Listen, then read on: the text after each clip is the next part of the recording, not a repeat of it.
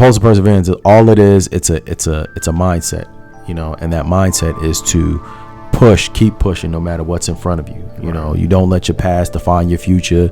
You don't let situations dictate your outcomes, and you're not going to take no for an answer. If like you put your failure is not an option.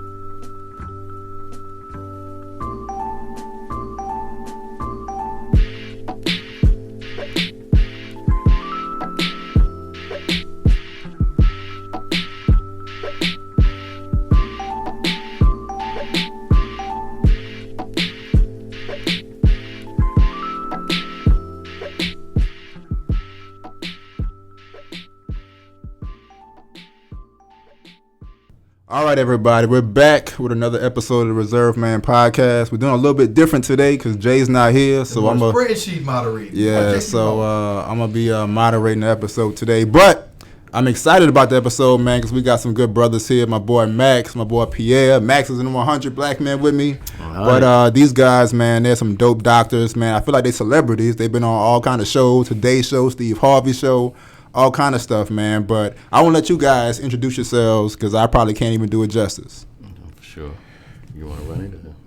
Might as well. Dr. Pierre Johnson, born and raised south side of Chicago. Here today, just continuing our movement. Pulse of Perseverance. We had a talk today. We talking to you good brothers on the podcast now. I'm a board certified obstetrician gynecologist. I specialize in minimally invasive surgery. And man, I'm from the street and I made it, man. It's like NBA for the streets. Right. That's me. I'm Dr. Maxim Adair. I am a board certified cardiac anesthesiologist. I'm a transplant to Baton Rouge. I'm not a native, but I've been here for about roughly almost 6 years now. I work at Our Lady of the Lake Regional Medical Center. I'm a partner in a private practice there. I know my man Stan through the 100 Black Man, like he said, and I just love linking up with positive, like-minded individuals. Definitely. And I think me and Stan can relate on a multitude of levels. No myself, I'm originally from Brooklyn, New York, but I was raised in Washington, D.C., and I found my way down to Louisiana through Xavier University of Louisiana, a small school in New Orleans that produces African-American physicians at a highly efficient rate. You said a small school, but I know most of the black pharmacists, most of the black doctors. That's right. We're efficient. Right. So people still trying to figure out the play on how they do it, right. And it's out there for the world to see and other institutions of higher education to know. But, nobody actually takes the time and actually, interrogates how they actually do it. But it's there for the world to see. Gotcha. Well, man, we're definitely glad to have you brothers here, man. We, like I said, man, I'm excited. I had to reread the book. Love the book, and we'll get to that a little bit later. But first, we want to just talk about the nonprofit. So the Pulse of Perseverance, like why you guys started it, what's the mission? If you guys can talk a little bit about that. For sure, no doubt. So there's a multitude of reasons why we actually started the nonprofit organization. One of the things that we've noticed is that people in general, from the time we were kids, even if you think from the time you were a kid, we're all trained to believe in narratives, right? And it starts very early. It's the same reason why I believed when I was a small kid why Santa Claus was white. I thought Santa Claus was white because that's what I saw in the cartoons, right? And it's the same reason why most of our black kids, our heroes when we're young, are in fields of entertainment, right? Whether they play basketball or whether they play football or baseball or whether they rap, those things are done for a reason. They're imprinted in the minds of all our youth, but particularly our marginalized youth. And we knew that we come from a marginalized community that can easily get caught or dissuaded in systems that basically can potentially put us out of the game. Right. So fortunately for us, especially in the social media era, that we know this is how the game is played now that we're like more mature, older, seasoned men. You kind of see how kids are impacted in ways. When we were coming up, for us, the only positive black role model we saw on TV was probably Bill Cosby. Right. And Bill Cosby, the Cosby Show, that had a huge impact in, the trajectory of both of my, me and Pierre's life. But what do the kids have now? Right. They might have Diddy, they might have Jay-Z. Right. But are they, they're looking at Diddy and Jay-Z. Oh, they got to their level of achievement through rapping or music, and there are a multitude of ways in order to be able to be successful and a productive member of your society without going into those realms, but the kids just don't know. And that's what the media is just portraying to us. That's all they see. So, our vision and our goal was to show kids different things, right? Because, we noticed that, when we talk to kids, like the only thing that when you ask them what they want to do, it was very limited. It was like, I want to be an athlete. I want to be, next Jay-Z. I want to be the next LeBron. I want to be the next Beyonce for females. And I was one of them. Right. And I was too. And I was too. And why? And we get that, and we hear, the rebuttal of that is like, this kid really just doesn't have any ambition or doesn't really want anything. Right. And the only thing these kids want to do is be successful. Right. So, any kid or any person, you want to emulate the success that you see. And if that's the only thing they see as success, they just want to be successful. So why knock them for that? The problem is that they don't see everything else and all these other high levels. We don't have everything on that big stage because, like you said, and so what I get from y'all want to glamorize being doctors, lawyers, engineers, right? Entrepreneurs, like you, so much other stuff, right? The basketball player and the football player. On Absolutely, TV, you want to tell the little black boy and little black girl, look, that's not the only thing out here for y'all. Right. Yeah. So I applaud y'all for that because you would never know, and you don't think it's possible to be that if you're a little. When you look on TV, you don't see us being represented as doctors on TV. You might see it more now, right? But coming up as always right, yeah, and you'll see it through grades and everything. Every now and then you'll see one or two of us. And look, and to think about it like this, like as much as we out here talking to these kids and trying to make these moves and do all these things, and like we just are, unfortunately are anomalies with how we look and how we dress and how we act and being in these positions of success. Like people don't really value positivity they don't put the emphasis on it. And if we was to go out and like do something stupid or like even start doing some gimmicky stuff like the rapping doctors or like the sexy doctors and start taking our shirt, we'd be a plaster all over because that's the image that they want these kids to see, something that's more gimmicky. And so we're trying to make it so that like, look, man, you can be yourself, you can be down to earth, you could be from the hood, it doesn't really matter where you come from, your people, your family, like you can reach whatever level of success that you want to reach just by being true to yourself and having that goal and that vision, man. So I know you from the south side of Chicago. Yeah.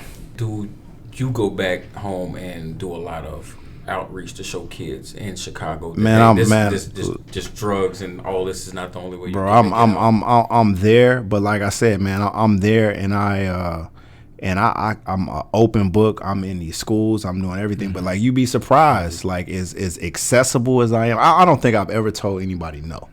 I don't think anybody ever came to me and it's like, I need you to talk to these kids. Or I need you to talk to 5 kids. And I said no. But as accessible as I am, as visible as I am, you would be astonished with how much of like attention that what we're trying to do gets. I think a lot of it is that it takes hard work to go the route that you went. Yeah. And people today, such instant gratification. And well, I'm gonna be a rapper or be a drug dealer. But that's the thing. So much easier, so much quicker money. But it's also a ride your ass to jail quicker. Correct. Too. Yeah. No, I was gonna say it's like, but that's the beast that we're up against, right?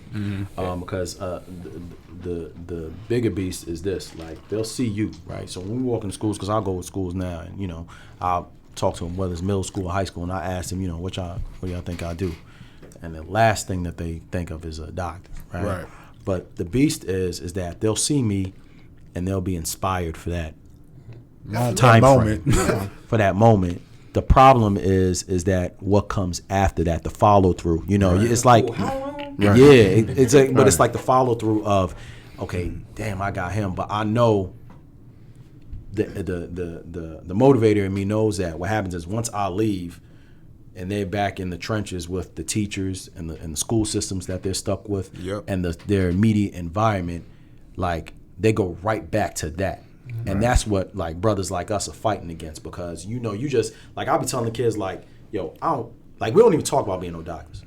Yeah. Like the way because it's not for everybody. Yeah, it's not. It's like we don't, and that's the thing. People get confused. Like, there's other groups that have been, and that's fine. It's, again, we're not knocking anybody or down anybody. But they're just because we're doctors, people think that we automatically think the kids should be doctors, because we can care less if you're a doctor or not. Right. What we want is for you to attain or shoot for something higher than what you see in front of you, whether that's a doctor, whether that's a lawyer, whether that's an engineer, whether that's a professor, whether that's a principal, whether that's entrepreneur, whatever that is, right? Just some high level of success. We want the same thing for our kids and everybody else in that community, because just to be productive and be productive, good human beings first. Correct. And the things that are being fed to them, that we know, like, and it's funny, and I don't know if it's because I'm a dad now, but I see things and it's just like, yo, when you listen to the radio, which again, come from the culture, love everything about it. But the difference is, like with me, I had examples to let me know, like, okay, what they rapping about or what they talking about is fallacy. It's not real. Right. I can make it a reality, but that reality becomes something that's destructive, that keeps me out of the game. Right. And one thing that I realized is that a lot of the kids, especially the ones that are really impressionable, I'm talking about like the ones where like they may not be all the way gone yet. I'm talking about like the 6th, 7th, 8th grade. Like when I get in these classrooms and I teach them, like, yo, we talk about like what are the consequences of you actually going to jail. Right. Cause some of them look like you. I don't know how it was for y'all, but when we was coming up, it was like, yo, dudes getting locked up, going to juvie, like that was like a badge of honor. You know what I'm saying? Like it was like, we only a few years younger than y'all, so it's the same era. No snitching.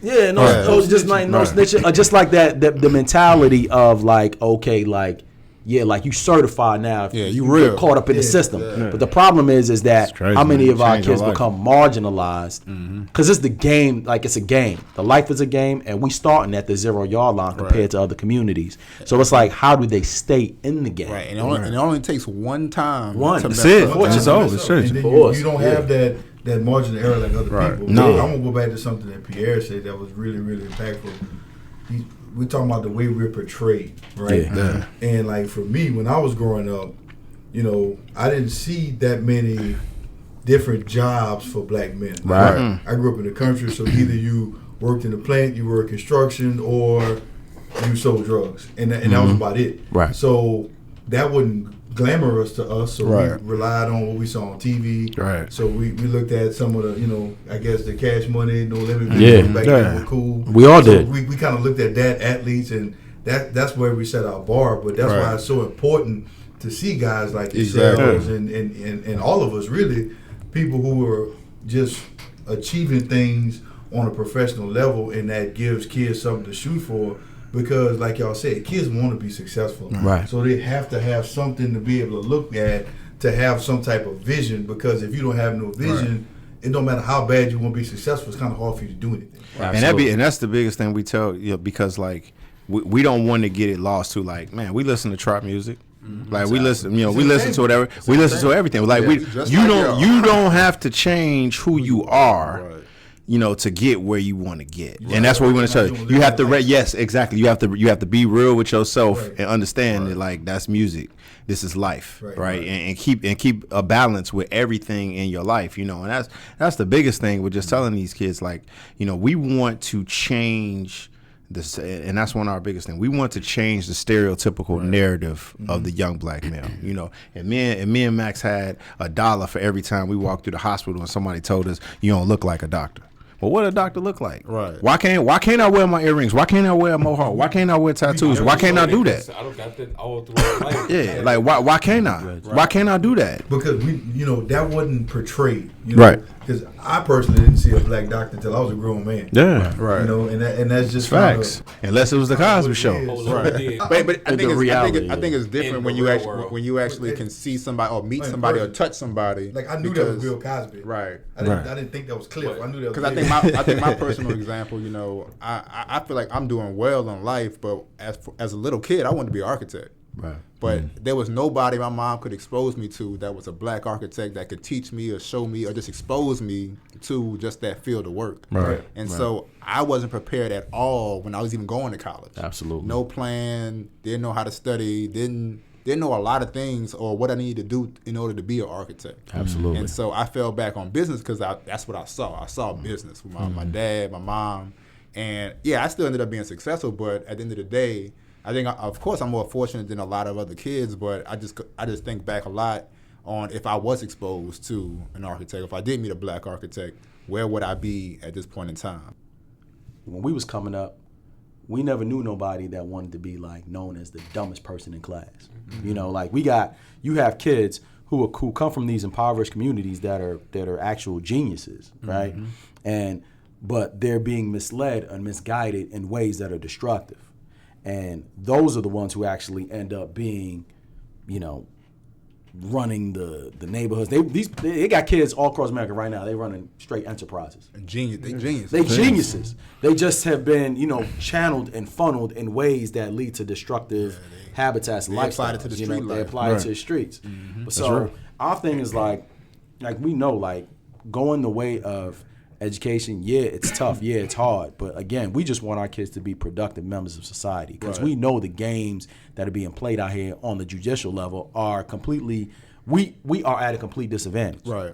And so the only way you can do that is to expose these kids to people that look just like you, and you expose them and just like you may know, the dope boy or the rapper, and every day they on IG flossing and flexing. Right. That may not be you as an individual because, there may be some humility there. Like, that's not necessarily me. Right. But I could do that consistently all day, every day. Yeah.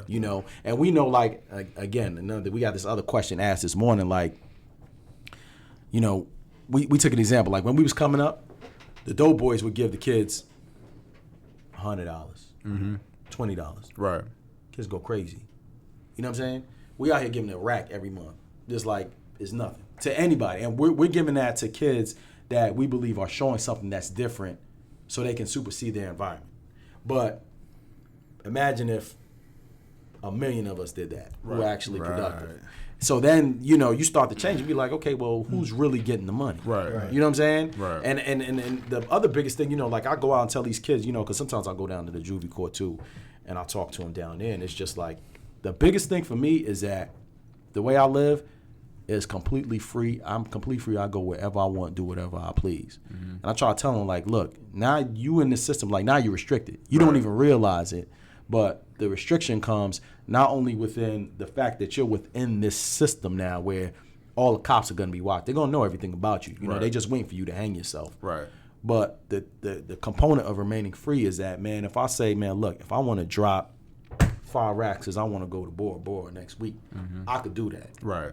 And that's the part that the kids, they don't leave themselves in the game long enough to realize, like, when you are young, black, and professional, or you don't even have to be a full professional, meaning like have a title like an advanced degree, but there are dudes that are out here that are in blue collar industries getting to it. Oh yeah. You know what I'm saying? And the biggest thing, I try to tell them, look, man, I'm a doctor by trade, but I'm a straight up entrepreneur. Like, the ability for me to have a job, but I'm in trucking now. I'm heavy in real estate. I'm about to cop another commercial real estate building. Like, these are the things that the kids don't even know about because they're not even exposed to. Right. But they're not even exposed because they're not staying in the game long enough to even be active players or active participants in these ways in which America thrives. And so, our mission is so much bigger than, trying to be a doctor. We just want our kids to be successful and productive. Right. And there are ways in which we can get to that if we keep them focused and locked in on productive careers, whether they're blue collar or white collar. Gotcha. Definitely agree with that, man. And with that being said, we're going to take a quick break, and we'll be right back after this.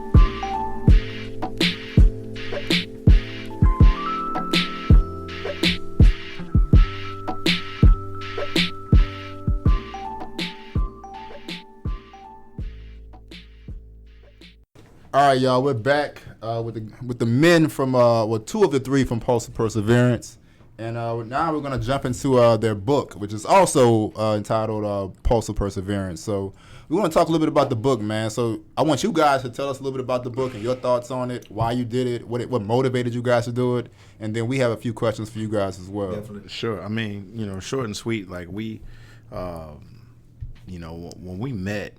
Like we met like at a state of clinical depression, really. Like it was the first time in all of our lives that we have faced failure. Mm-hmm. We had dreams and big goals, and we were just failing. Right. And we literally met at the library on Xavier, and just really at that point just created a bond to just not fail, to like push each other to the brink to make sure that we fulfill our dreams and our goals.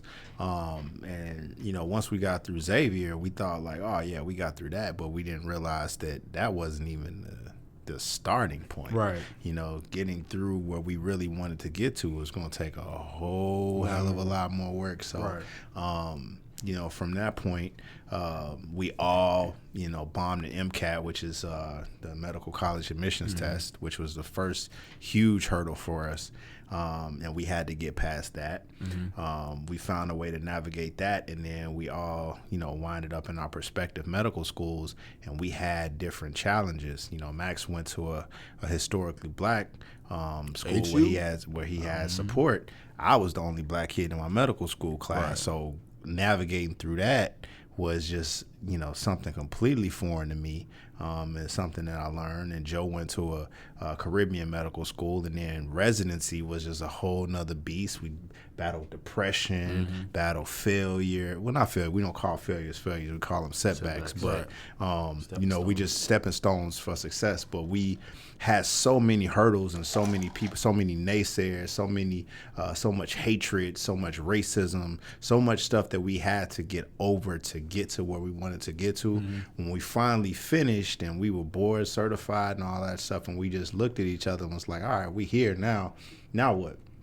And we were just looking at the world around us and was like, man, so much going on, man. Black kids getting shot in the street, Trayvon, Tamir Rice, Philando Castile. It's just like, man, we still, the N-word at the end of the day. Even if we get to these high levels of success, man, this is how we get treated. We could go and roll down the street and get pulled out our car and brutalized and shot just like anybody else. And we just was fed up. And we were just like, man, we can easily go and make hundreds of thousands of dollars and take care of our families and just go on our cocoon, or we can make a change. And we knew that everything that we went through to get to this point was for a reason. All of the studying, the hard work, the blood, sweat, tears, all that stuff was for a reason.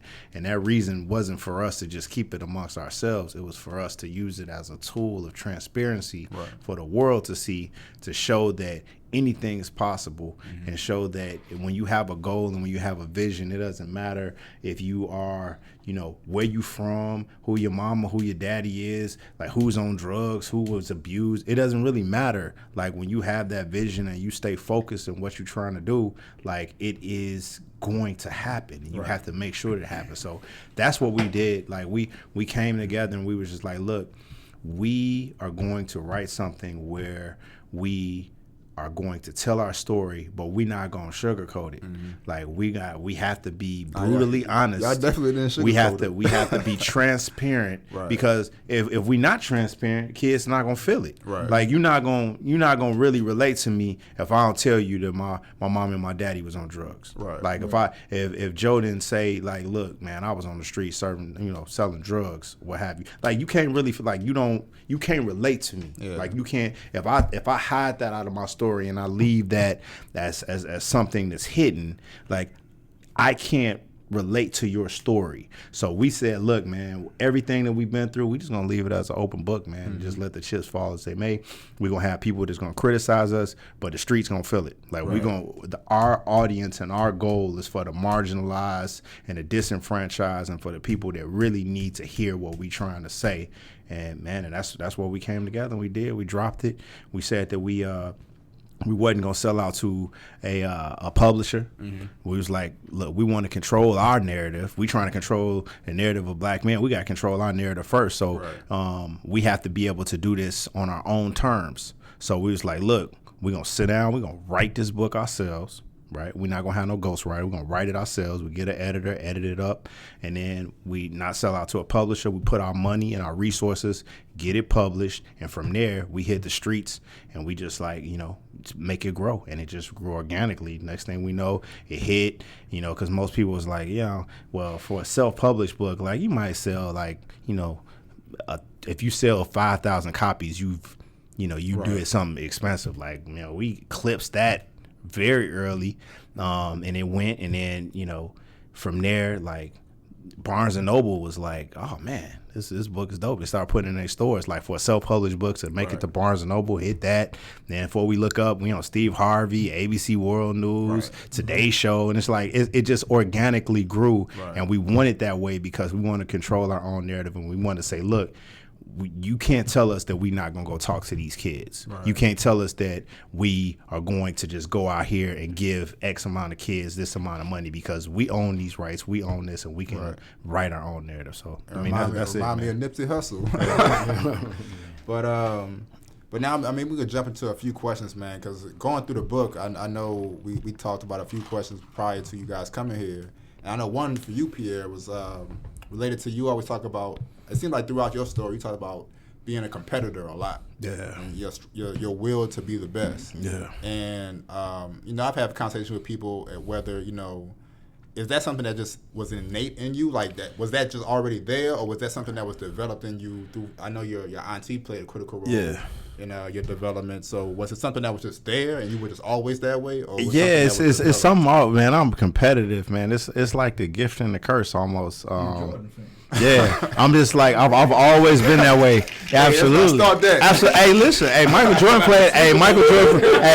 Hey, man. Hey, real talk though. Like the way me and Max really bonded, it wasn't even really not about nothing to school or whatever, man. It was me, him, and his cousin Eric, and we used to spend like hours, like New York, Chicago. If it wasn't rap, if it wasn't baseball, basketball, it's like, oh yeah, Yankees doing good, but how about them Bulls whooping that ass? Right. So it's like, it was back and forth, but the competition aspect of it, man, it's like competition has two folds. If you utilize it in a healthy way, it is extremely helpful, and it is vital. It's not even just helpful, it's vital for success, because for me, I played sports at an early age, and that goal and that drive to be good and be the best, I carried that over scholastically in school.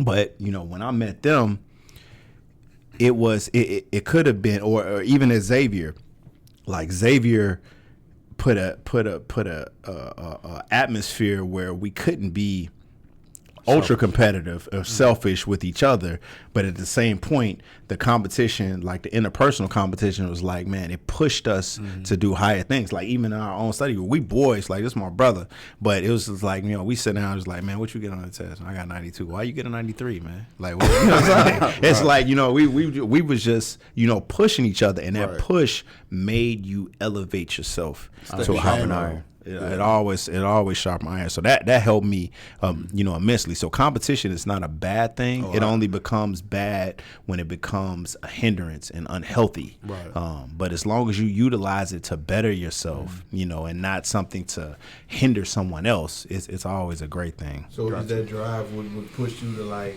cut hair throughout high school? Yeah, man. And well, absolutely. You got one potential, like me and staying out We out the game. So it was like me because I was like pissed off. Like I was like, like as a 12, and my son doesn't even realize how great he has it. Like I tell him all the time, like, they never have to pay for. I'm like, son, I'm like, you don't have to sit in a barbershop. You don't have to say anything. And man, he be walking around Willie. I'll be like, I play little games with him. I'm like, man, I'm gonna see how long it's gonna take you to ask your daddy to give you a haircut, because usually I just sit him down. Right. But I'm like, I'm because he's about to be 13 on February. I mean, on Friday. He's about to be 13 on Friday. But no, I was like that at 10 years old. Like I was like literally, I was chasing people down. Like, man, you got to cut my hair. Blah blah blah. He's not like that. Right. But like for me, I'm like, I don't want to depend on anybody to do anything. Right. So I got pissed off, like, chasing up, man, you gonna be here Friday? Can I be the first one? Can I do this? Da, da, da, da, da. I'm like, man, I am chasing this man down. I could do this. Right. Let me go do this myself. Right. So yeah, that was one of the pushers for me to get good at cutting hair and being a barber. I don't like to depend on anybody, man. I'm self-sufficient. Gotcha. Well, Max, and I got a question. I got a few more questions, but Max, kind of go back and forth between you guys. What I want you to talk about, man, is the impact that your father had on you. Because what I like to highlight, and me personally, my dad wasn't around during a critical juncture in my life when I was like in the middle school and throughout high school and like my first year of college. But those are like critical years. Yeah. But it seemed like your dad played like a instrumental role in your life. And I just want you to talk a little bit about that. Shout outs to Papa Madeir, by the way, man. I think the biggest thing that my dad did for me was just he set a certain tone. Right. And I guess he still kind of carries it to this day. He's just one of those guys where he walk in the room, once you hear him talk, he commands attention. Right. And so I think that, when you're a kid, that like it's subconscious, you don't know how important that is. Mm-hmm. But I think it played a tremendous impact for me, just even how I try to carry myself, as a man, And as a man, of course, like everybody has their own shortcomings, like nobody's perfect. And I think with my father, I think the biggest thing, even if he has shortcomings as an individual, overall he's a good human being. Right. And so I model my life after him. Him setting that tone early allowed me to step into a role where I want to be the best dad I can be. Right. And even like with me, even with my because I grew up in a household where my parents divorced pretty early, and I think that left a pretty strong impression in my mind too. But particularly, it's particularly nowadays where we have a narrative where black men as fathers. Mm-hmm. and who we are, and the questions that are out there about why black men don't step up. Right. Like, I try my absolute darn hardest to be the best black father, not just black father, the best father I can be, and set that tone for my kids. And I think, and my kids are still pretty young. Mm-hmm. Like my oldest is 7. Yeah. But I think there's a tremendous impact on them already. Mm-hmm. Like,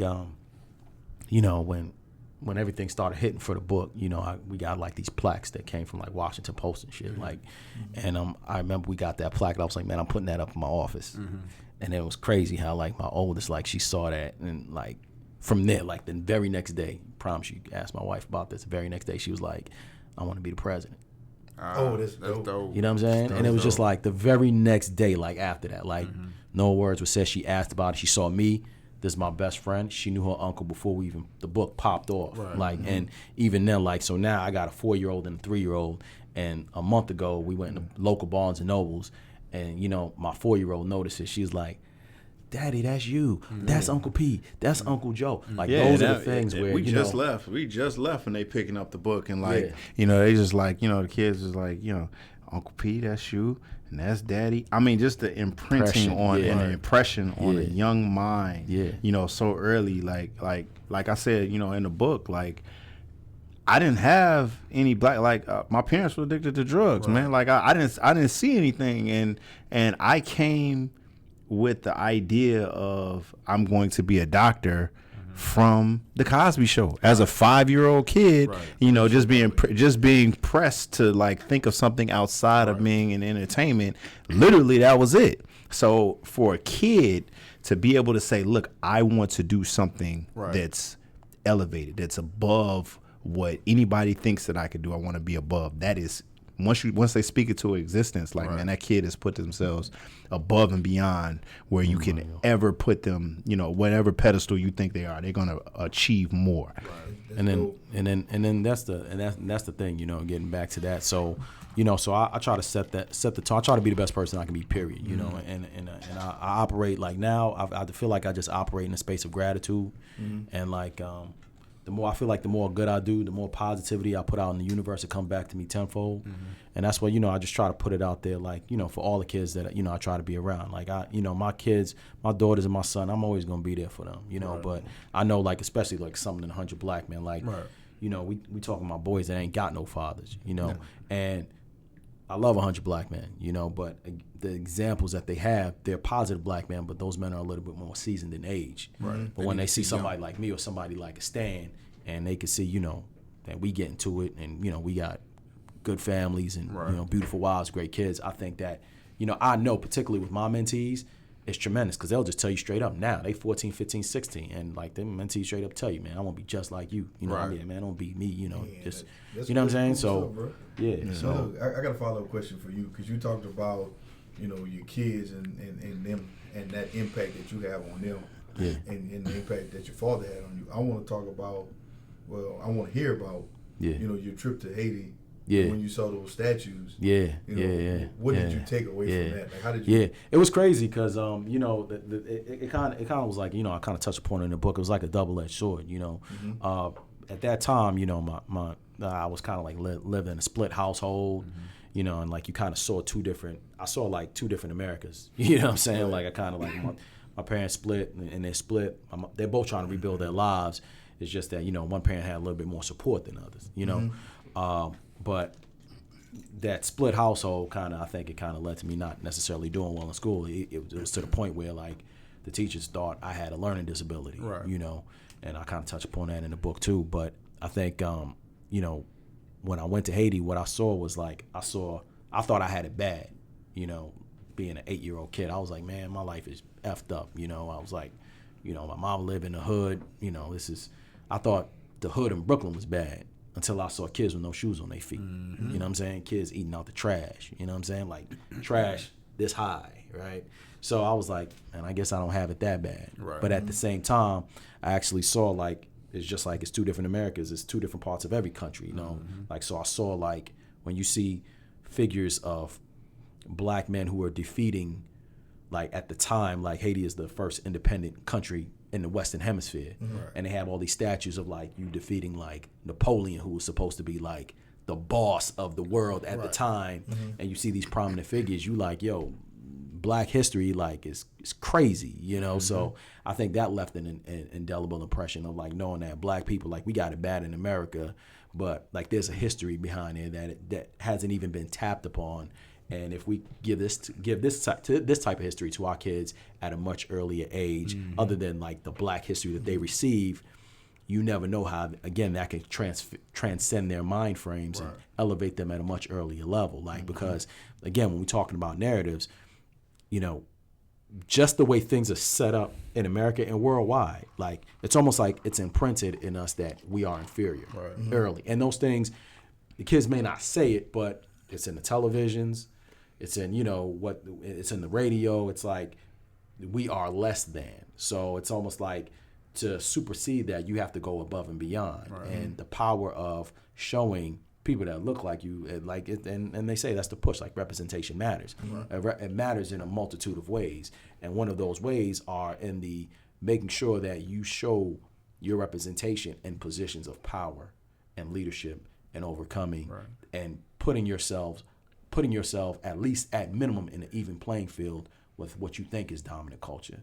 I think it's crazy impactful, so. Gotcha. And I got a question about your impact too, Pierre. Like, I know that you from Chicago, you went to school in New Orleans, you graduated, then you went back to Chicago. Man. Talk about that experience for me, like being around a different culture, different environment, and going back to where you were from, and talk about that experience and how that pushed you to kind of be where you at right now. Sure. Well, it didn't quite happen that way, but I will say that, and I'll explain why I say quite not happen that way. But my 4 year, man, shout out to New Orleans, man. This is my second home. That's what I want to say. Like, big ups to New Orleans, man. Like, that's the best 4 years of my life, hands down. Right, it will always be my second home. So that was one of the most important decisions that I've ever made in my life. To get down here, I learned how to be a man. I learned how to be responsible, and I learned how to be how to take charge of my destiny here in New Orleans. So that was just an experience that for my life I cannot put a price on it. It's the most important decision I ever made to come down to New Orleans and be at Xavier. Right, Xavier for me was everything. I didn't go right back to Chicago. What happened was that me and Max ended up having to figure out how to get past the MCAT. You know, because once we left Xavier, we literally bombed the MCAT. Like, that's and that's what we tell kids now. It's not, intelligence doesn't keep black kids from these high levels of success. It's test taking or preparation. Right? Test taking, period. And it is not by happenstance. It is by design, right? Because these standardized tests are not testing knowledge. They're testing ability to take a test and to decipher jargon that you're not accustomed to deciphering. Right. And, once we got to that hurdle, we realized we weren't prepared and we had to figure it out, and and that's the problem. These kids go to, some of these universities or what have you, and they don't do well. They're diverted to other things like change your major, change your outlook, change this, change that, where Xavier's like, look, it's a problem, but you can get past it. Like, here's another avenue, right? So we ended up going to a program called MedPrep in Southern Illinois, and that's Central Illinois. I mean, that's Southern Illinois, really, rather. So from there, we finished, and then for me, I ended up going to medical school in Central Illinois, which is not Chicago. So Illinois is... It looks like this. It's like Louisiana. It's right. It's Chicago, and then the rest of the state. Okay, so it's right. So Chicago is nothing like the rest of the state of Illinois. The rest of the state of Illinois is more like the South, if you will, where it's racist. It's segregated, absolutely. I've been through that one time. Don't even very much so. So realize, and I'll go in super deep. Like, the Ku Klux Klan was like it was established Southern Illinois and Indiana. Like, that's where it's from. Like, if you look at the roots of the Ku Klux Klan, that's where it's from. So that's where I was in school. So the very my first year of residency, there was a noose on the Capitol. There was a noose hung on the Capitol building, right? So we talking about the capital of my state, and there's a noose hanging from the building. True. And I'm in residency there, and I'm expected to, as the only the first black male resident of that program, to get a fair shake. So there's no way. Right. It's absolutely no way. So the book talks about that too. It's just going from Xavier, where it's a community of, of helping, of caring, of nurturing, going to a place where it was, we don't really want you to make it, and we're not gonna give you any tools to make it. So for me, I guess, not to go around your question forever, but it's just like that for me. That experience even pushed me more to write this book, to make people realize, man, racism is real. And when these kids get to try to, the higher you go, the less we get, right? The higher we get, the less of us we see. You know, like you said, like we say all the time, like we go in the hospitals, there nobody look like us. Mm-hmm. You know, isn't nobody, and some of the black folks that looked at it, like, yeah, you got black people that. No.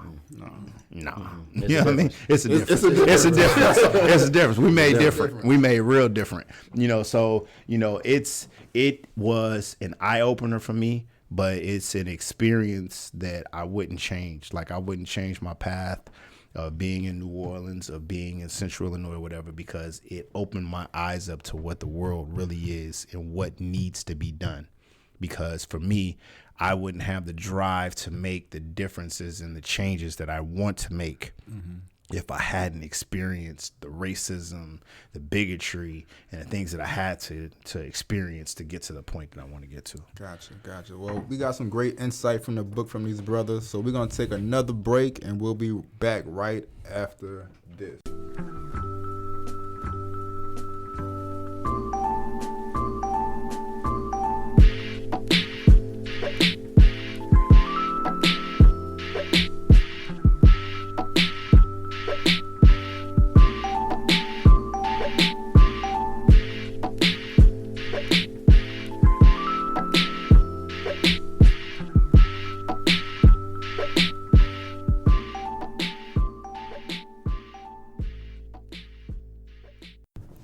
All right, y'all, we're back. We're going to continue this great episode, man. It's been real dope so far. But I got one more question for you guys from the book.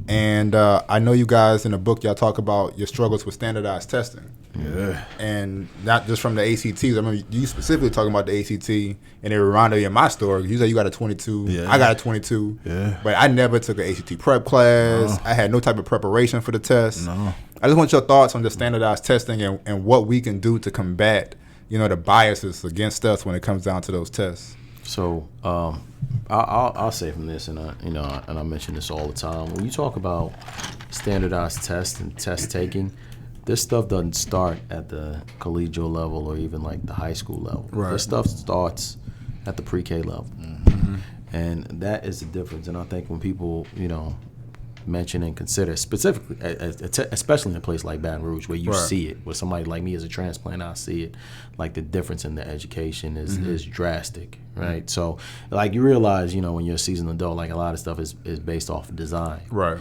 The thing that kind of pisses me off, when you're a black man or, a responsible black parent, you kind of know, like, especially if you've gone through the system, you realize like how disadvantaged our kids really are, right? So the education, they say it's not about race, and it transcends race, and it transcends socioeconomic gaps, and it transcends regions, right? So I'll give you a perfect example. You think about a place like any place where you think in America where what you would consider is thriving, like a Seattle, right? Seattle's thriving, or Portland, like those areas are thriving because they're not only tech hubs, but those tech hubs, the people within those industries, they create the foundations where the kids can come through and take their skills anywhere across the globe. Whereas a place like, in Baton Rouge, you only have, if you're not getting your child in one of these private schools like an Episcopal or a Catholic or a U High or one of the few good magnet schools, right? Like, you done. You just done. You're finished, right? And that is a beast that that we're fighting against, because we know that. And when you look at it, what happens is these kids, even if they're driven, and you can put them on the right path, and you think you can be a mentor to them, and you can inspire and motivate them, who's in the trenches with them every day, giving them the specific skills and the tools that they need necessary. They don't have that. Right. And a big thing what happens is, and this is why we're such hardcore advocates for institutions that are vested in kids like us from the communities that we come from, is because let's say you got a kid who they know, they don't want to be involved in the streets. Right. They want to listen to somebody such as yourself in terms of like doing the right thing and staying on the right path. Right. But if they're not being equipped day to day with the necessary skill sets that are needed, what'll happen is they'll go to an underprivileged school and they may get straight A's. And then they'll end up at a place like LSU. And they'll fail. Get crushed. They'll get false confidence. My false confidence, LSU, bro. Man, I was always 3.25 or higher throughout school. Mostly, always A's and B's. My mama didn't accept C's. Yeah. I got the LSU that first year. Now, don't get me wrong. Some of it was a party and having a good time. Yeah. But it was also because I just probably wasn't fully prepared. Yeah, and it has nothing to do with intelligence. But this is the problem, right? Because it has nothing to do with the intelligence, but it has everything to do with the preparation. Correct. Right? And what happens is, and we can say this for ourselves, once I'm equipped with the same thing that you getting over there, if you give me that information and we step in the room under pressurized situations, I'm gonna show up and I'm gonna show out. That's why I can be in the hospital taking care of the sickest patients in the entire hospital, and like people calling me, like they're not calling somebody that you would think is old, white, with gray hair. Right. They're like, oh, get Madera in here. Like, because I've been put in a situation where, okay, now we got to be on the same playing field. And now the information, we getting the stuff out the same book. I'm a master that information. And then because I'm used to pressure, you know what I'm saying? Man. Pressure, like being in situations where the pressure of the streets of like whether, survival, I'm used to that. So I function in that very well. So when it comes to that, whereas other people, they're not used to that, and they're not built for that. Man, I've seen this, man. I've seen this so many times, like, through residency, medical school, and even as an attending, like, you have so much emphasis that's put on standardized tests. Like people in they're 95 percentile of, this test or what have you. That, they put on these high pedestals for taking these standardized tests, and you actually put them in a situation where it's life or death and you got to think critically. They can't do it. Pressure bust pipes, man. I've seen it. I've seen the smartest of people that are, top echelon of test taking. Smart people. Yeah, test smart. But people. That does not equate to real life pressure, common sense thinking. Right. It just doesn't. Right. Like as much as they try to simulate, it just does not. And to the standardized test component, like you were saying, it was.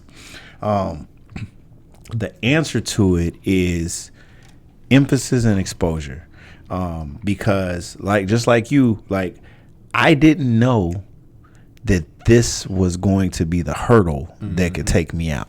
Right. I didn't know. I thought that, as a kid, like, man, if I keep a 3.5, 3.6, and I get A's and B's, like I'm great. Right. Like I'm the top of my class, but this is the top of a class of kids that are not getting challenged and are not prepared for this next level. Right. Like you said, like, in the book we talk about, I got a 22, and like I was like, oh yeah, you got one of the highest ACs. Man, that's nothing. That's trash. Like that's bottom, right? That's bottom. That's bottom of some of these average Joe high schools, and their averages are higher than our high, are way higher than our high. So like when you talk about that in standardized test taking, it's like we have to arm our kids, like Max was saying, at a very early age. We're talking elementary age to understand, like, listen, I'm trying to tell my kids now, like, listen, these standardized tests are life. Right or wrong or right, it is what it is. Right. And we have to realize that this is the beast we're up against, and then we have to realize this is the skill that we have. I don't care. Like, and I tell kids this, I had a kid, like, I had a girl I went to high school with, and she wanted me to mentor her daughter. Her daughter is a little arrogant. Like, her daughter is like got a 4 point something. Like, she has AP classes or what have you. And I'm telling her, I'm like looking at her grades. I'm like, that's phenomenal, sweetheart. Like, I'm really proud of you. But when you choosing a college, realize that means nothing. It means absolutely nothing, because when the feet hit the pavement and the rubber meets the road, nobody cares about that. It matters what you do on one day of you sitting down taking an 8-hour test and what that number says you are. That is who you are. Yep. And if you can't produce on that day and be able to take a test and break it down and be able to know answers even when you don't know what's going on, and be able to figure out what the right answer is without even knowing that, if you can't do that, they view you. I don't view you, but they view you as trash. And you have to understand, and our kids don't understand that. And it took me to be smacked in the face to say, look, you got a 3.3 come out of Xavier. You think you're great or whatever, but you're trash. Man, that's so real, man. Because from a personal level, well, kind of personal, my sister, she took the LSAT to get into law school. I don't know how many times. I mean, you didn't do well on it at all. Yeah. And finally got into law school. Yeah. Worked 40 hours a week. Made it through law school, passed the bar on the first time, but couldn't pass on the LSAT. Right. You know, and it's kind of like, so how are you not smart enough to do well on the LSAT, but you could pass the bar on the first rip? And the simple answer, it's not intelligence. Correct. It has zero to do with intelligence. And that is the fallacy that they want you to believe that you didn't do well on the ACT, so you're not that smart. You didn't do well on the MCAT, so you're not going to be a great doctor. You didn't pass step one on of USMLE, which is the first step for medical professionals, so you can't be a great doctor. It's trash. It is the most absurd thing, and as you know, board certified physicians and doing what we do and top of our field or whatever, as we look back, it's just like, man, everything that they were trying to say that we weren't, and seeing it's just like, man, it's such garbage. It is, but you know what we tell kids, you have to play the game. It's part of the game. It is a game. It is a game that's played on your life, on your future, to keep you marginalized, and you have to play it to be successful. And you have to play it appropriately, and you have to play it effectively to get to where you want to get. Exactly. And it starts off, and to your question, how do you attack it? Or whatever. Every kid that I talk to, whether they're in undergrad, whether they're in high school, whether they are in elementary school, I tell them right now, your life revolves around questions. Your life is about questions. Everything that you do, you should be doing 5-10 questions every day. About, you know, whether it be from an ACT prep standpoint, whether it be from an MCAT, LSAT, GMAT, GRE, whatever, those questions you have to incorporate into your life, because I could tell you right now, you brown, black, yellow, you know, any pigmented person, if you go into a school where pigment is the majority of your school, they're not teaching you this skill. And with that being said, you have to take that and you have to go in and you have to make that your objective every day. And you have to get an ACT prep book. You have to get an MCAT prep book early and start doing questions early. And by the time you get to the point where you need to take the MCAT, GMAT, GRE, LSAT, all of those, you've already logged in or banked in thousands of questions already. So your preparation level is different now. And that's how the game has changed. And that's what they don't tell us. That's what's different. And that's what we trying to push. That's what we go and we talk to kids or what have you. If you don't hear nothing else we say, listen to that. That changes the game. That makes it so that the barriers that they have in front of us to keep us out of these spaces of excellence, that breaks those barriers down. And they don't want you to know that that's the information you need. Yeah, they don't, man, because it's interesting. And it's like it's levels to it, because it never stops. Yeah. Like, I became a professional. I'm like, I'm done with these tests. Never. You want these letters? You need a certification. Absolutely. You need to take this exam. Level. And so, you know, it never stops. But one thing I realized about myself is going from taking the ACT as a high schooler to actually taking professional certifications, my skills were way different because I actually knew the game by that point in time. It's a game, man. You know, and I'm just fortunate that I got that experience. But I'm thinking, man, like, if I would have gotten all of that stuff at 10, 12, 14, just leading into the ACT, man, who knows? And it's crazy because, like, man, even when you get into these professional spaces, we'll both tell you, like, you know, when we were in medical school and, you know, we got these tests or whatever, man, we'd be sprawling out all these textbooks and we'd even know, like, all right, we know it's about the test or whatever. They make you believe that you don't know enough. So you trying to get all of this information, all of this knowledge and all of this, you know, just trying to prepare, trying to read every possible thing you can. And the only thing you need to do, put that stuff aside because everybody knows that stuff. Now start incorporating questions into everything you do, right? I remember in medical school, man, I was sprawled out. I'm like, man, I'm trying to read every single thing or whatever, and I just needed somebody to tell me, look, dude, Push that away, man. Start doing these questions and understanding what they're asking you on this one day, what they want you to master. Mm-hmm. Understand that. Once you get that, you good. Yeah. You good. Gotcha. Well, I mean, like I said, that was my last question on the book, but I want to talk about the scholarship a little bit. I know, Max, earlier you said that it's $1,000 a month. Yeah, that's right. So can y'all just explain like what you got to do to qualify for the scholarship, who's eligible, etc. Yeah, absolutely. So as of right now, because we're essentially still a very small nonprofit, so what we try to do is the audience that we're trying to target those kids who are essentially basically mirrors or reflections of who we believe were ourselves in those times. So you got to be in high school or college. Okay.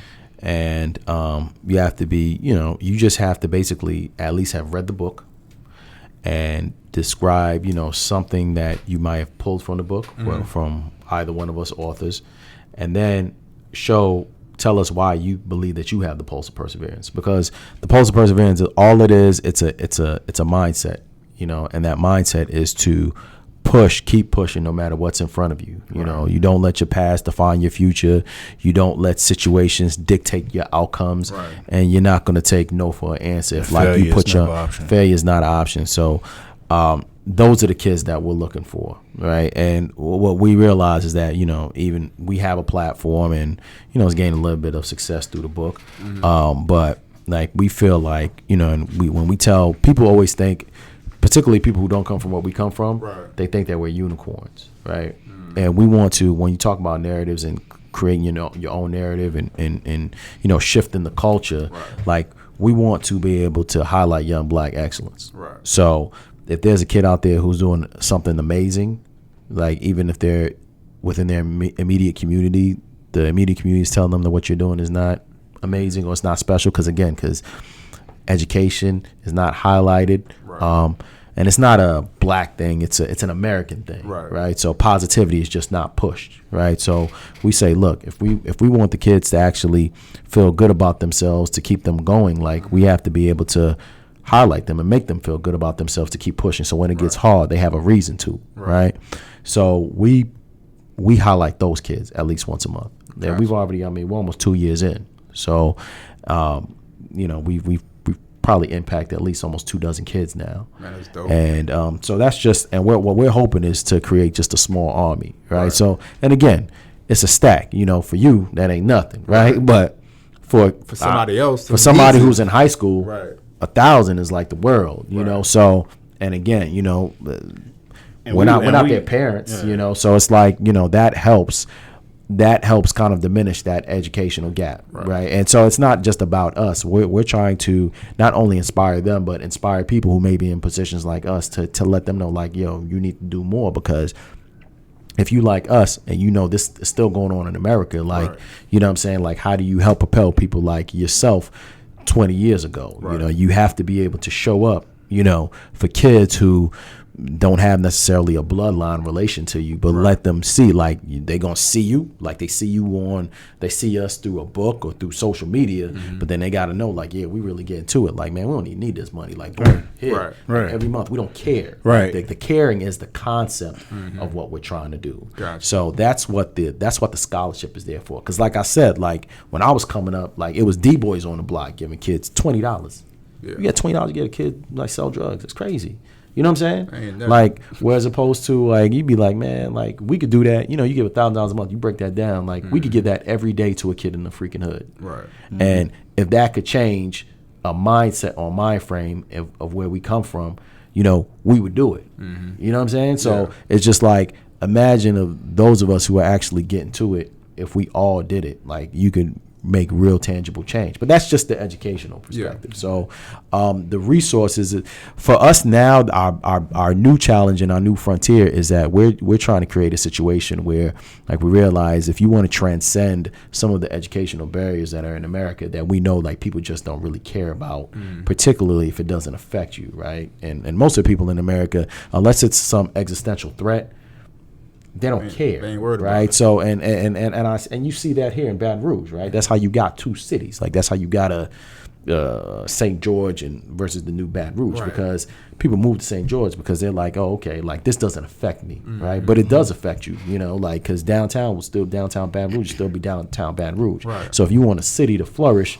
then you have to be able to pour resources into the areas that you know that need it the most, and whether that's just the kids or the parents, the single parents that are taking care of these kids, or parents who are of low income, who are responsible individuals but are trying to make a way, but can't necessarily spend all the time with their children. So we're trying to create an infrastructure. So outside of the scholarships, what we're doing is we're trying to create an app.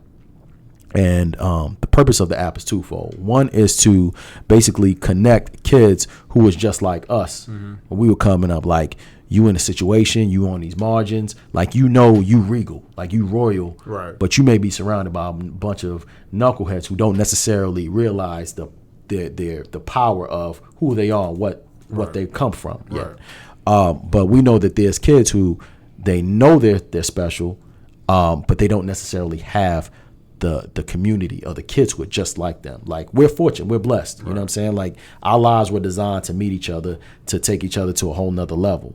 But who knows what would have happened if we would have met each other in high school, Yeah, or even junior high. You know what I'm saying? People don't realize the power of the circle that you your circle you keep is everything. It's everything. And so that's what we're trying to do. We're trying to say, okay, look, if you in Baton Rouge and you know you want something more for your life, you know what I'm saying, and you know that, look, all right, you may be going to one of these like subpar schools, and look, you live in, like, you born where you was born, you live in the neighborhood that you live in, but what if we can connect you to a kid in Detroit, and a kid in Baltimore, the kid in Oakland, the kid in Compton?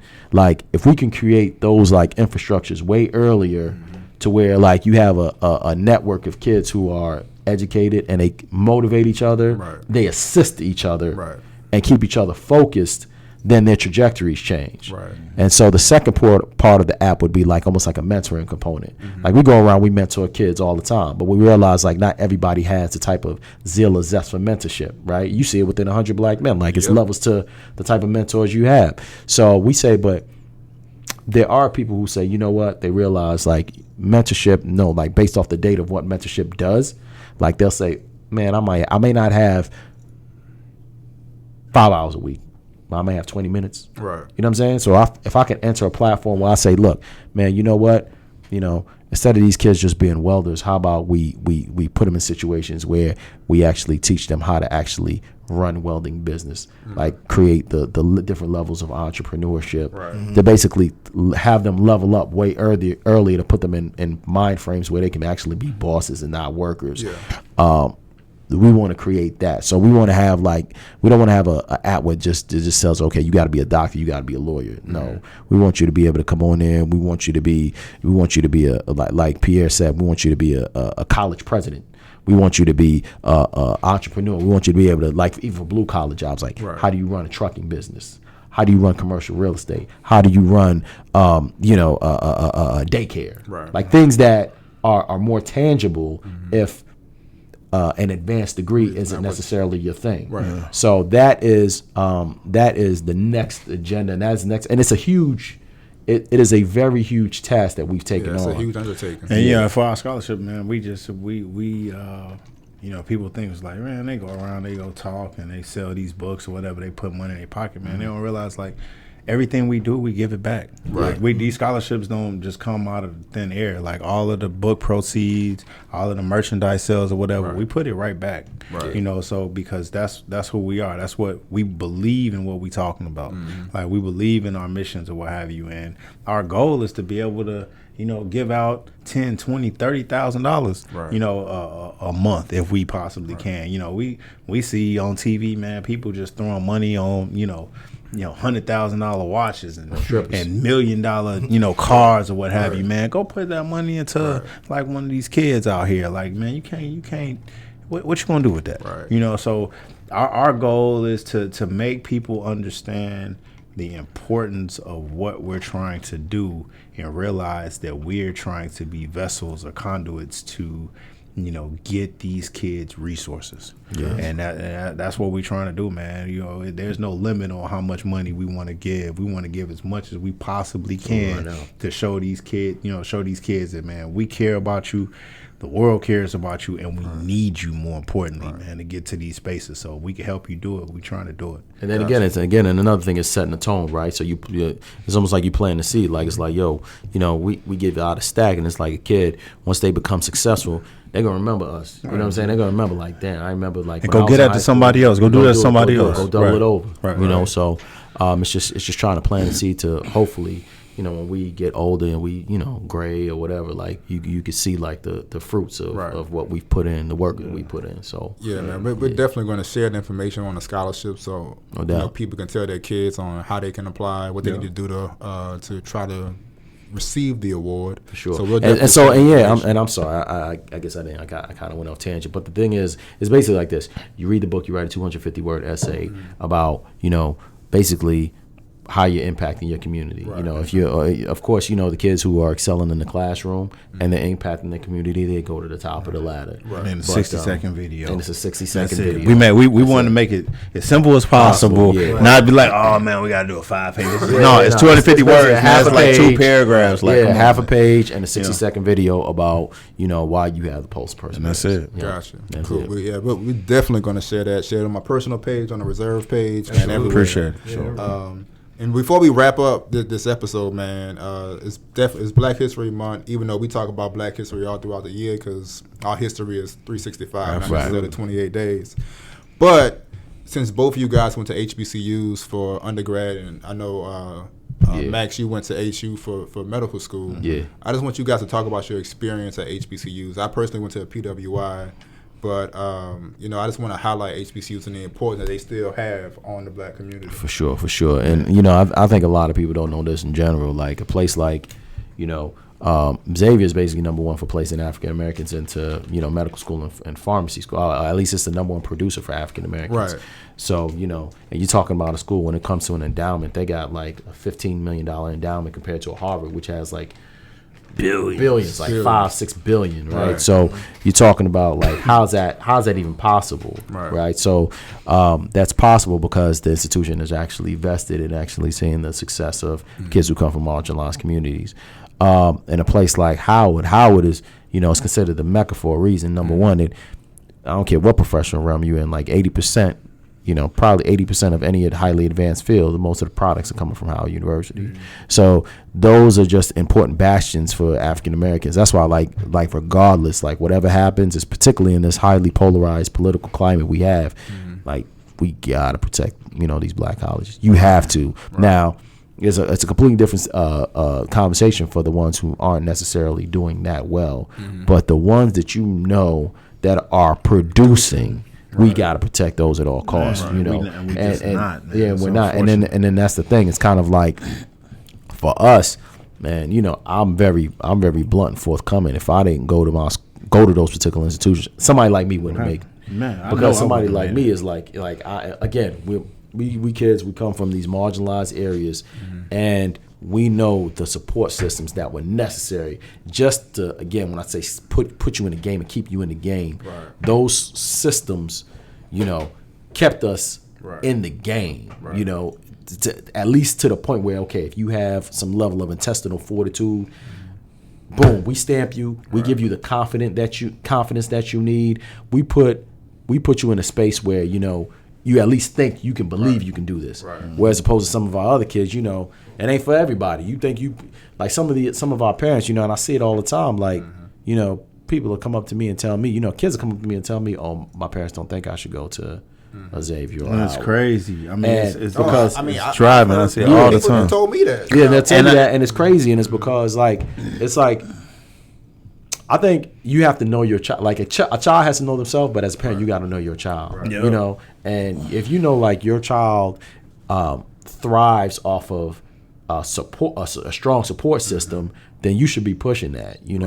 Like too many times, particularly those of us that come from our community, they'll say, "Oh no, they just need to go to whatever the best school is possible." But what happens is, again, if you didn't have them in the best school from the beginning, and they didn't know who they were from the beginning, and they get into what happens is they get into these secondary levels of education, and the schools just swallows them completely home. And you lost in the man. You lost. And then so you start so these people, and you have kids, and even for us, like when kids are trying to do better things, like you're going to deal with like depression. Right. You're going to deal with times where you just down Right. and the chips are down and your back is against the wall. Right. But a lot of people, if they don't know how to function and how to bounce back and then they don't have the adequate support system, Right. the adequate spaces for mental health. Right. And then you're like, well, what happened?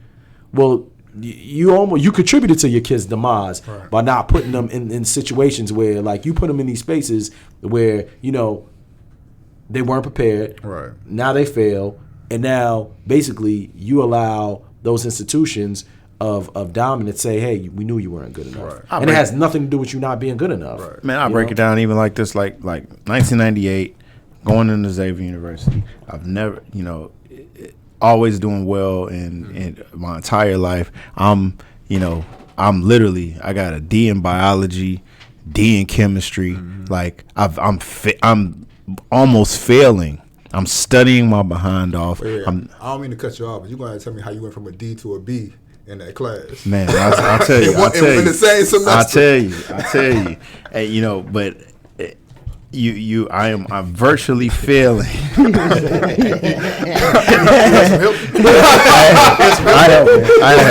I help. Hey, what did you say? What Max said earlier? Man, you circles everything. Right? You circles everything. What did he say? It is, man. It's real. It's true. It's real. But you have that, and I go to advisors or what have you. The difference is at Xavier University, they say, look, this is what you need to do to fix this. We see this as an issue, what have you. These are the tutoring sessions. These are the kids you need to be around. These are you need to go to your professors. You need to do these. Break it down like that. PWIs, a majority of the time, they'll say you do that exact same scenario. You get in there, it's like, well, this might not be for you. Program for you. And you may need to change your major. And I see it every day, all the time. It happens all the time. So when people talk about what HBCU means, it means that. It means giving marginalized, disenfranchised kids that don't have the resources, that are not prepared to tackle the destiny that they've set out for themselves, and understand that it's not because they're not smart enough. It's because they're not equipped and they have to catch up to get to the point where their brilliance can become evident. Right. And once you do that and you unlock that, then you can see what that kid really is, instead of just saying, you're not smart enough, go ahead and do it. That's what an HBCU means. I think it's definitely interesting, man, when I hear people tell the stories about their experiences at HBCUs. And I just think about my experience. Don't get me wrong, I enjoy my experience at LSU. I had all my best friends at LSU. That was my circle today is my circle from LSU. Absolutely. So I definitely appreciate that. But when I think about it, man, when I was at LSU, man, it was like get it how you live. Like, it was like you solo, you out here just it's all on you. Yeah. There's really no figure it out. No sound support system. Don't get me wrong. I think that made me strong at the end of the day. But at the same time, I look back and like, man, if I went to HBCU, I would have still probably had that same type of circle of friends. But I also would have had professors and the adults that I needed who probably would have nurtured me. Who invested in you. Right. And the thing about it is like, in some professions, you have a little bit more cushion, a little bit more wiggle room. It's like, okay, if you kind of step back here or whatever, you can kind of make that up. Medicine ain't one of them. Right. Law ain't another one. Like, when you talk about medical school and trying to get in or whatever, they looking at every single thing you do. You fail biochem, you fail chemistry, you fail that, whatever. You are up against the top 5% of educated people of intelligence in this world. Right. And that's who they're putting you in the pool of. So if you start failing and faulting and what have you, they're not giving you no second chance. Right. So you have to understand what you're up against. And when you're up against that, you need a situation and you need a community that's going to foster your growth. Right. Yeah, I agree with that. And as somebody who spent time at both, I spent time at LSU and Southern. Yeah. To Stan's point, when we was at LSU, it was like, hey, this what time your class is. Yeah. If your class was big enough, you taking attendance on like a little calculator looking piece. Your teacher might not even know who you are. Right. But when I was at Southern, I had an accountant teacher. I'll never forget, Laura Patterson. And my job was making me work a lot more hours. She came to my job and dropped off notes. Like that's how that's what type of impact she played. That wasn't happening earlier. That's an HBCU. That's an HBCU. Yeah, that is an HBCU. That would happen. They would have just been like, "Well, Mr. Becknell, you just need to drop the class." Right. And and kids need that, man. When you don't have that, you need that. You need to be able to talk to your professor. You need to have study groups. You need to have kids that are in that same situation. You need to be able to remove racial bias from certain situations. Absolutely. So and the role that plays and things that from people who understand. When you remove that element, sometimes it's like, okay, that's gone. Okay, so if you're faltering, it may be a personal issue or going on, or maybe it is just you. And it's just like when you at HBCU, your teachers, at least from a consciousness standpoint, they shouldn't be against you because of the color of your skin. They should want to see you win. Now, I will say, so those are the benefits of HBCUs. But again, a lot of our HBCUs have their problems, right? And a lot of that comes from, it's almost like one is kind of like tied into the other. Why they have their problems? Because you don't have the level of endowments and the level of resources. Right. So it's hard for them to be able to compete and have like basic things. Like that's where you can hear, like, I think what was it, Grambling, that for the athletes, they don't have adequate busing and or the dorms, or some of them are run down. So those are the things, again, that ties into a whole different conversation about like the history of America, and when you talk about, again, the marginalized versus the not, and what black people had and what we were allowed to have historically, and why some of our institutions of higher learning and why they're lagging behind. Right. But it kind of mirrors it. It's a reflection of society of what's going on with the HBCUs. It's just kind of like our HBCUs are behind financially because they're taking chances on kids who come from nothing. Exactly. But then you get you get kids and you put these resources in kids and they actually do make it, and they don't want to get back. Right. So like we tell, kids like that, we the biggest advocate for our HBCU. We pour back into it. We give our resources. We give our time. We got money. We need more of that. Where, you got your Notre Dame's, USC's, Harvard's of the world. Man, they go make it. They're But here's the thing. But like, again, it's like, to me, it's like a reflection of society, right? Because you're talking about it's a crab and barrel mentality. Well, no, it's not even that. It's sometimes. Like Notre Dame, USC. You're talking about like in terms of like the wealth gap. You know what I'm saying? Like, that's true. There's a tremendous 400 years of wealth gap that's there, whereas opposed to we still, as black people, we still playing catch up. Like. Of course, but then on top of that too, it's like, you look at the percentage, like average HBCU endowment or people giving back is 11%. Right. Where you got 60-70% at the PWIs. Right. It's like Xavier's a little bit higher at 16-17%, but still, like we're talking teens of percentages of millions of people. Like we have to understand the value of investing back into those institutions that invested in us. And those institutions have more funding to begin with. Exactly. But yeah, man. Shout out to our HBCUs, man. Even though I didn't attend one, but still, shout out to them. My mom did, my dad did. So definitely shout out to all HBCUs. But with that, we're going to take one more break, and then we're going to come back with the Black Prominent Figure, and we're going to wrap things up. All right?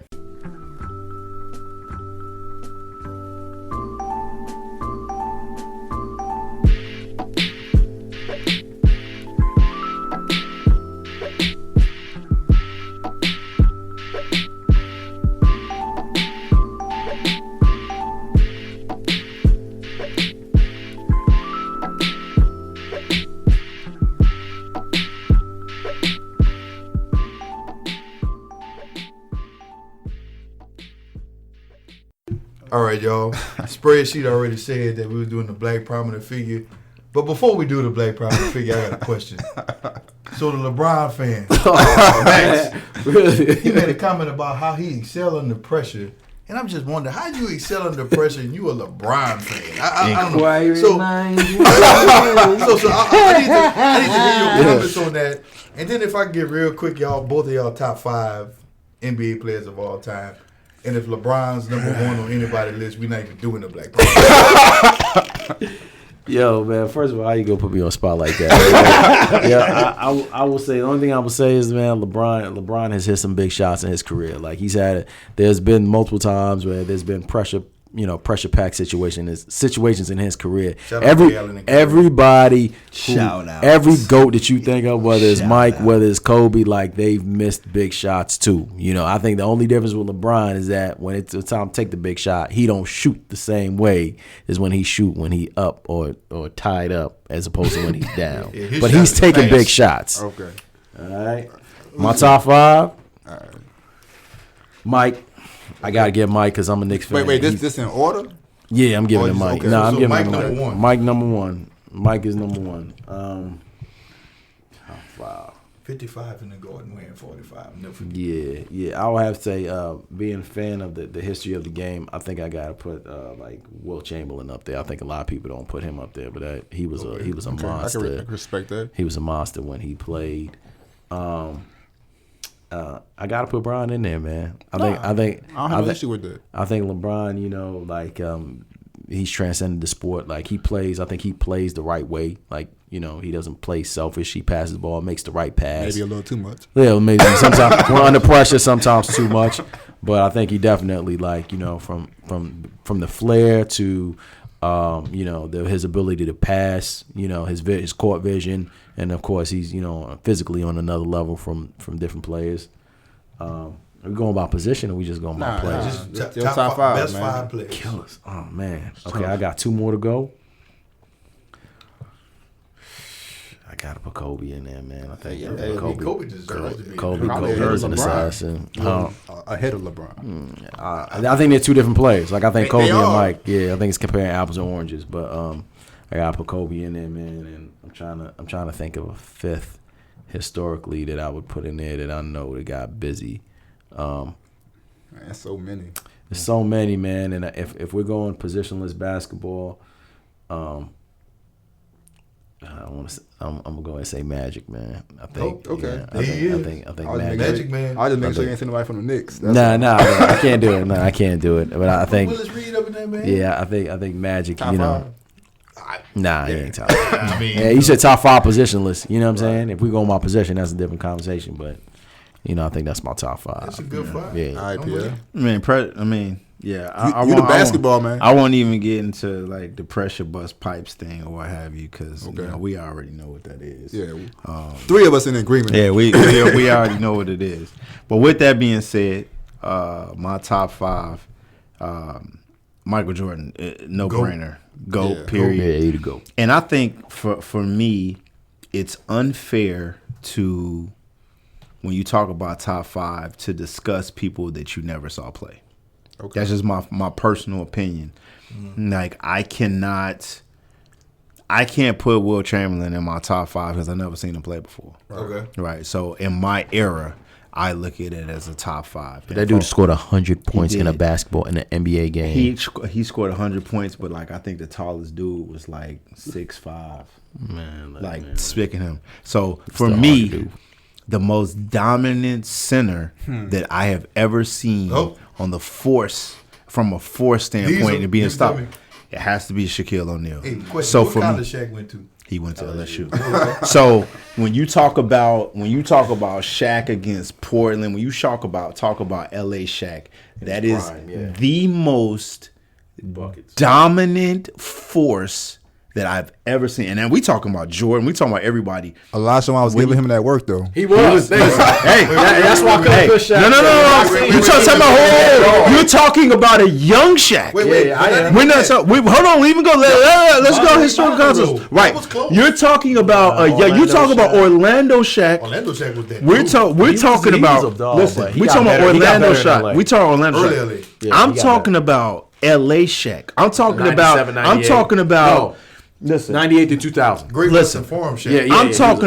I'm talking about you throw the ball and you might as well go back and fall back because either A, your biggest player is getting treated like a little boy and getting dunked on, bullied, or he's just coming in with that little jump hook in the paint. It's nothing that you can do. And you had to formulate your defense to where you triple team in front of him so he couldn't get the ball. That's how dominant he was. So when you talk about from a dominant force perspective, and that's me, like changing the game from a dominant force perspective, I watched Shaq single-handedly stop Portland, which was a better team, from beating him year after year because they had no answer. Sheed couldn't do nothing. Sabonis couldn't do nothing. There was nothing anybody could do.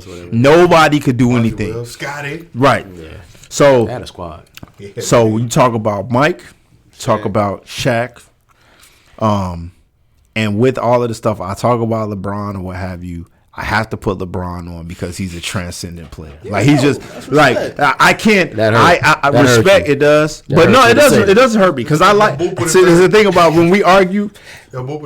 It's as a man, I appreciate LeBron. As a man, I more than any athlete, I respect who he is. Also the court. I respect him. Yeah. So me wanting to like him is not the question. Right. It's me growing up in the Jordan era and understanding what clutch greatness is and comparing that to everybody else. Right.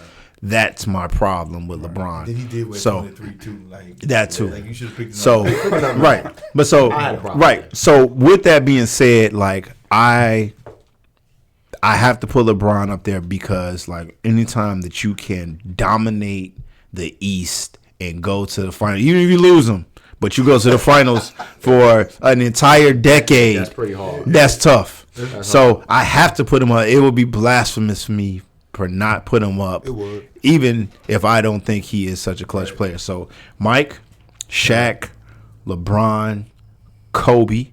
Okay. I have to put Kobe there because mechanically sound player ever. Yeah. Most mechanical, and this one I think might be something that may not be popular, but if you look at it, I think makes sense, and that would probably be Tim Duncan. Oh, I don't have no issue with that. So, you know, when you look and I'm not even looking at it from a positional standpoint. I'm talking about from a winning standpoint, from transitional athletes, from fundamentals, from being able to dominate over an extended period of time. He has to be there. He has 5 chips. He got 5 chips. Yeah, he has 5 chips. He revolutionized his position. He put the bank shot like at like that different was angles. His thing. Different angles or what have you. From a transitional standpoint and from impacting the game, he did something important. What I'll say about Tim, though, in comparison to the other 4 you named, they were all superior athletes. Yeah, he wasn't. Tim Duncan was not a superior athlete. Yeah, he was not. Fundamentally. He was not. He fundamental your ass to death. That's why he couldn't to death. And for me, right. And for me, like, I'm not like the greatest athlete. I beat people from just from a skill level. Like I outskill them. I outwork them. Right. So I appreciate the fact that he's not the greatest athlete, but he fundamental people to death, and he won on a high level. So that's my 5 because I have to only talk about people of my era. I'll say this about Tim Duncan real quick. Mm-hmm. I don't argue how great he is, but it's hard for me to say he's the greatest power forward of all time if he played the same amount of years with Karl Malone and scored 10,000 less points.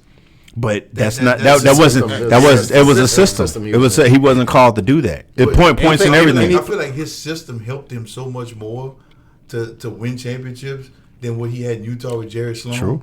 And then he did run up against Jordan twice. Right. I don't think Tim Duncan would have beat Jordan either. No, I don't think anybody would beat Jordan. But that's like talking about Tom Brady. Yeah. If it was a different system, would he beat Tom Brady? Right. No, but he was. That's on there. You can't go off of what ifs. You can't go off what is. You know. I feel you. But all right, we appreciate those top 5s, brothers. Yeah, very, very good talk. So GP, you got the black prominent figure for us, brother? Well, brother, I think we do. You know, being that we got 2 remarkable brothers here who happen to be doctors. Yeah, we felt like it was only appropriate to talk about a doctor as our black prominent figure. So, the black prominent figure we have for the day is a brother named James McCune Smith. James McCune Smith was an African-American physician, a social advocate, and he was also an author in New York City. He became the first African American to receive a medical degree. Now, he was unable to attend college in the United States because he was black. So this brother... It's the 1830s. Yeah, in the 1830s. So this brother attended Glasgow University in Scotland. He probably was the only black person there, too. He earned 3 academic degrees, including a doctorate in medicine in 1837. Wow. He also worked closely with Frederick Douglass to establish the National Council of Colored People. He was also an accomplished author, and being the first African American to have articles published in American medical journals. Some of his other popular works include a lecture on the Haitian Revolution, the destiny of colored people. You know, we just got to give this brother James McCune Smith all the props, all the shout outs in the world, because if he don't do what he does, then we can't have brothers like you on the podcast. Right, absolutely. My primary care physician, Dr. Byron Jasper. You know, this dude paved the way for all you brothers. So, you know, as somebody who sees y'all and who utilizes y'all services, you know, I appreciate this man's work. Absolutely. Salute. Big shout out to him. But all right, brothers, man. So before we end this episode, man, we just want to get you guys to tell the people how they can get in contact with you guys. What's the website? You know, what's the social media, etc. Right. Website is www.the Pulse of OFP 3.com. Social media is the IG is at Pulse of P3 PULSEOFP 3. And Facebook is the official Pulse of Perseverance. Gotcha. So y'all, we'll definitely have that in our description on every platform. So if you missed it on the podcast, it'll be in the description for this episode. And we also just to piggyback off that, man. We do this, man. We, you know, when we leave kids, when we leave people or whatever, we don't leave them and say, all right, inspire you, and then we leave. Like, when kids want to reach out to us for questions, mentoring, or what have you, we tell them to email us, and we answer every email. We answer all of it. So our email is pulseofp3@gmail.com. You know, so kids out there, we have I have this kid that blah blah blah blah blah that's going through everyone. Email us. Like, if we can, we may send, you know, a video out. If not, we at the very minimum will send an email and have an email correspondence with them to try to give them some encouragement or information that can help them out the situation. Dope, man. And with that being said, man, one thing I guess I'll end the podcast with this. You know, I guess I want to send a challenge to just other like-minded black professionals like ourselves to do the same things that you guys are doing, to do the same things that Max and I are doing in 100 Black Men, because while we appreciate the work you guys are doing, I understand that it takes way more than just you. I mean, Joe's not here, but it takes way more than you three guys or just us in this room. That's right. And I think that we have the resources. It's just that we need to reach back and invest into those underserved communities in a way that we're not currently doing. Right. Absolutely. We need to just normalize this kind of behavior as much as possible. You know? Absolutely. No doubt. The more we normalize it, the more, you know, the kids don't think it's like an anomaly or some type of gimmick. You know, so it becomes a standard. Yeah, but I know one thing you mentioned what the Pulse of Perseverance meant to you or what it means. So I'm gonna start using that as a hashtag, kind of like Mamba mentality now. So definitely gonna have to start using that as a hashtag going forward for all the podcasts. For sure. Awesome. Appreciate that. But with that, man, we about to wrap it up. And so y'all definitely check out this episode. It's a great one. So peace. I think it was dope. Subscribe. Yes, definitely. I should always say that, man. Go out there and subscribe to the episode, man. Absolutely. And also follow these guys with the Pulse of Perseverance as well. And all right. with your questions. Right. We out. Yeah.